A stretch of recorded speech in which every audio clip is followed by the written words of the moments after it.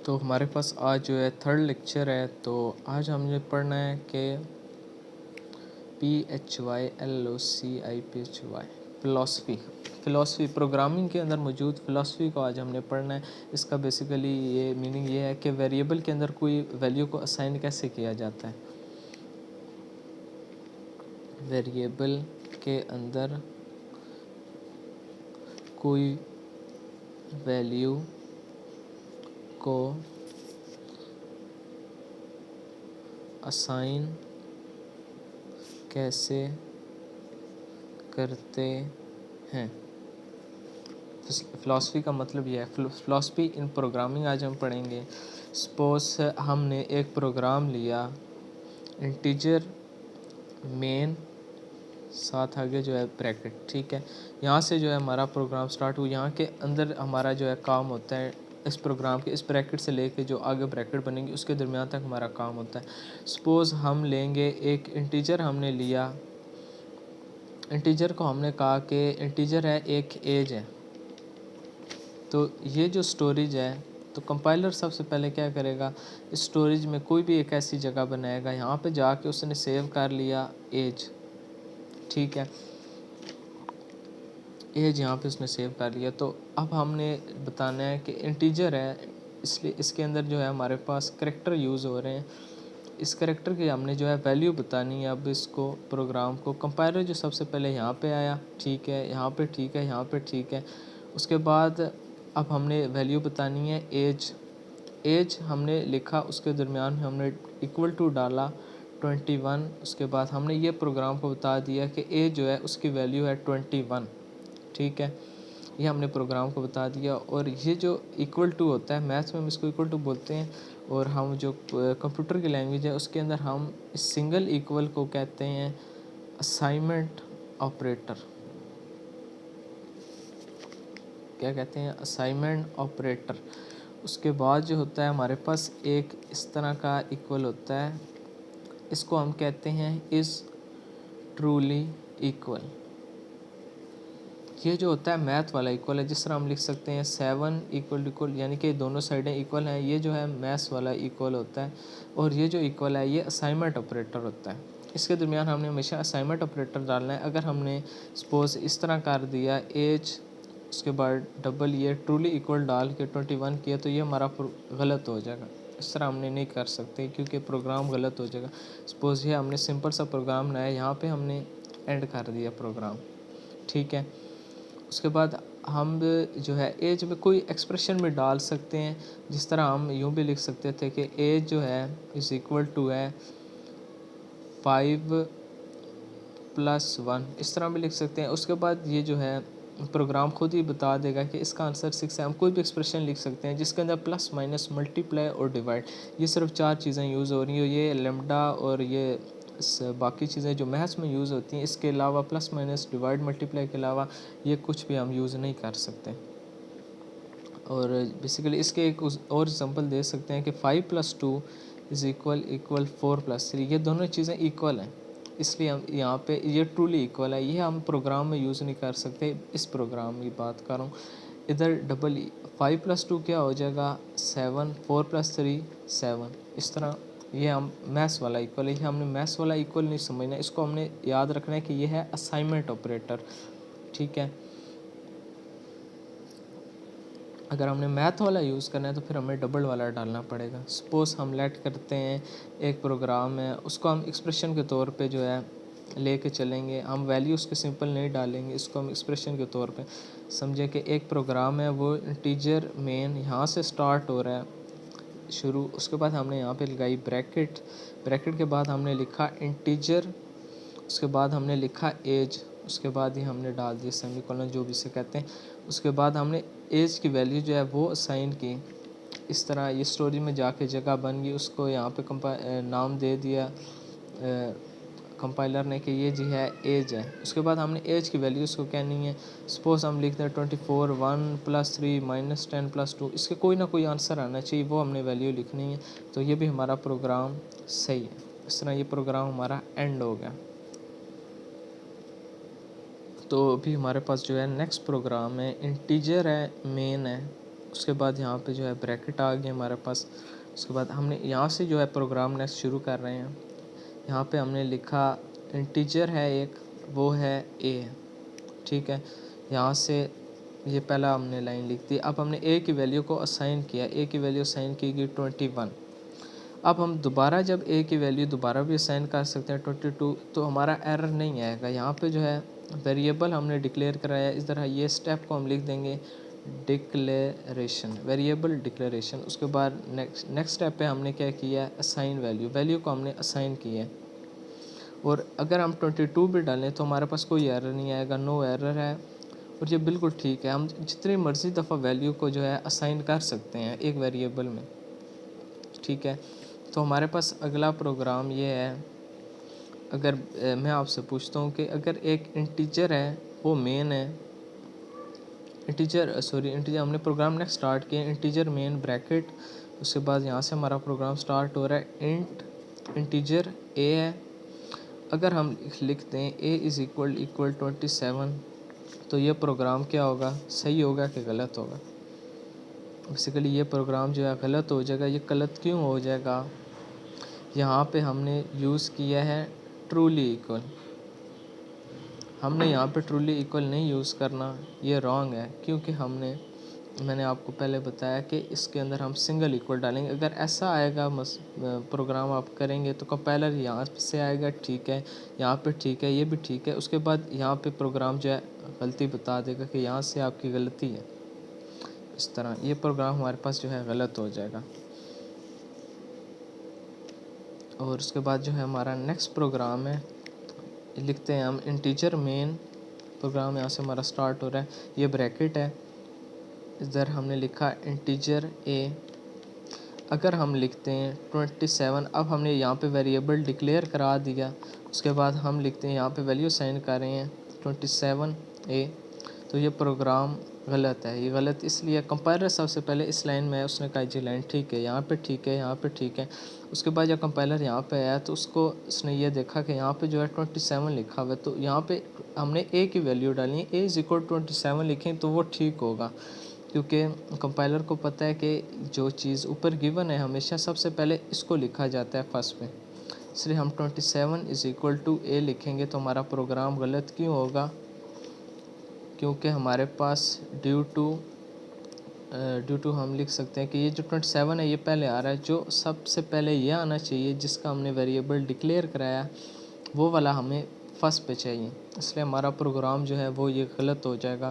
Due to first value लिखते हैं, due to first value हमेशा हमारे पास वो होनी चाहिए जो इंटीजर के आगे होगी। इस तरह हमारा ये प्रोग्राम भी जो है गलत हो जाएगा। उसके बाद हम अगला प्रोग्राम देखते हैं। ये बेसिकली आपको चीज़ें जो है पता होनी चाहिए।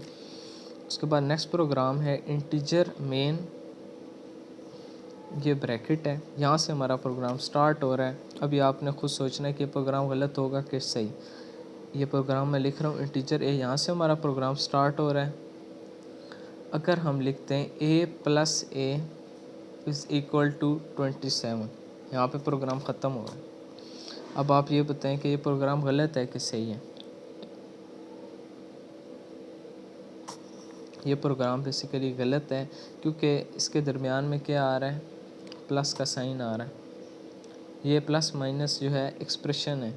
अब इधर यहाँ पे जो है सिर्फ नाम होना चाहिए, ये यानी कि ए है, ए होना चाहिए, ए और ए बी सी लिख सकते हैं हम, लेकिन ये दरमियान में जो एक्सप्रेशन आ रहा है इसकी वजह से जो है ये प्रोग्राम गलत हो जाएगा।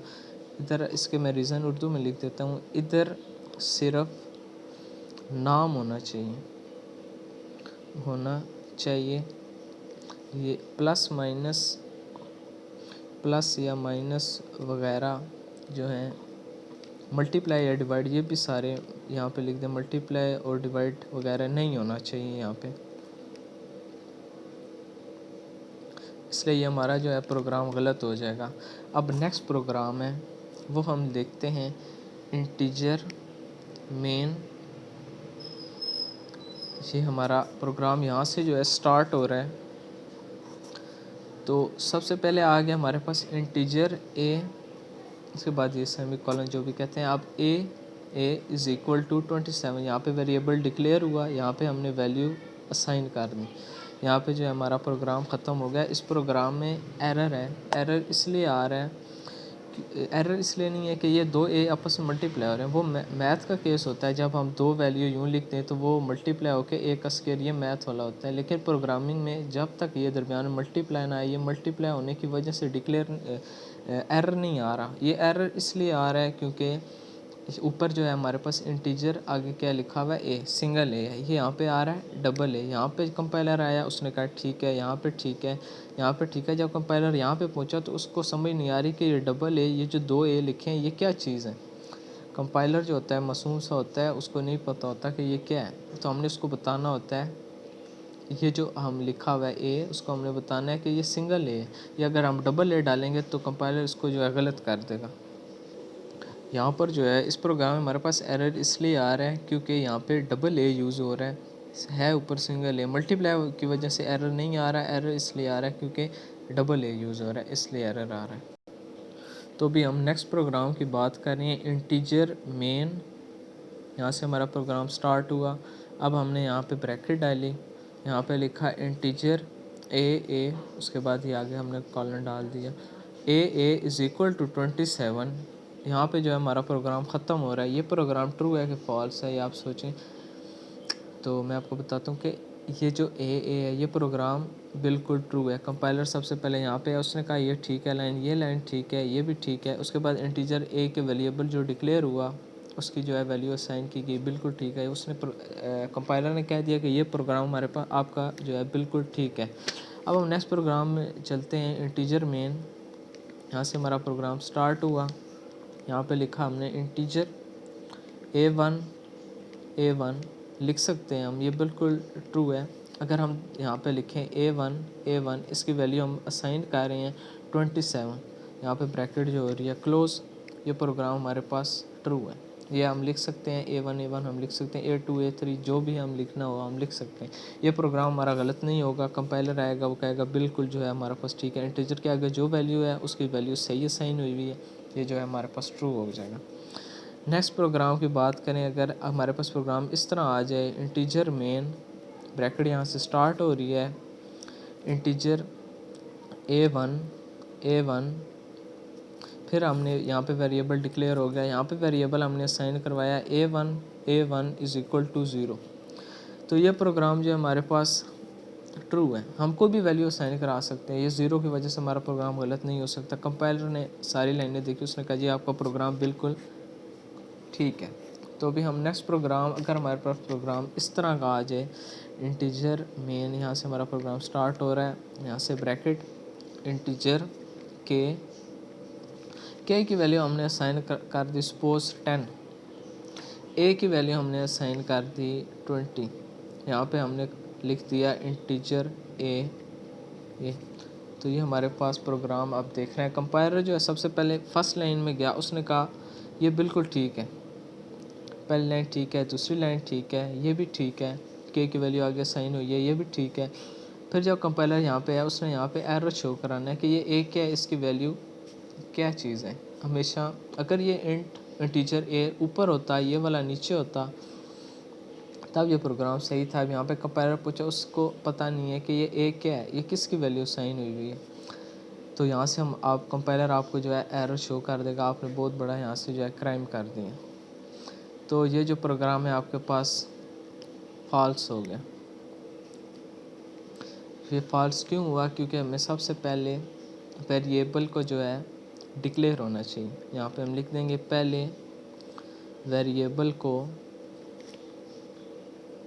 डिक्लेयर होना चाहिए, उसके बाद जो है हमारे पास असाइन होना चाहिए वेरिएबल, इसलिए ये प्रोग्राम हमारे पास जो है गलत आ जाएगा।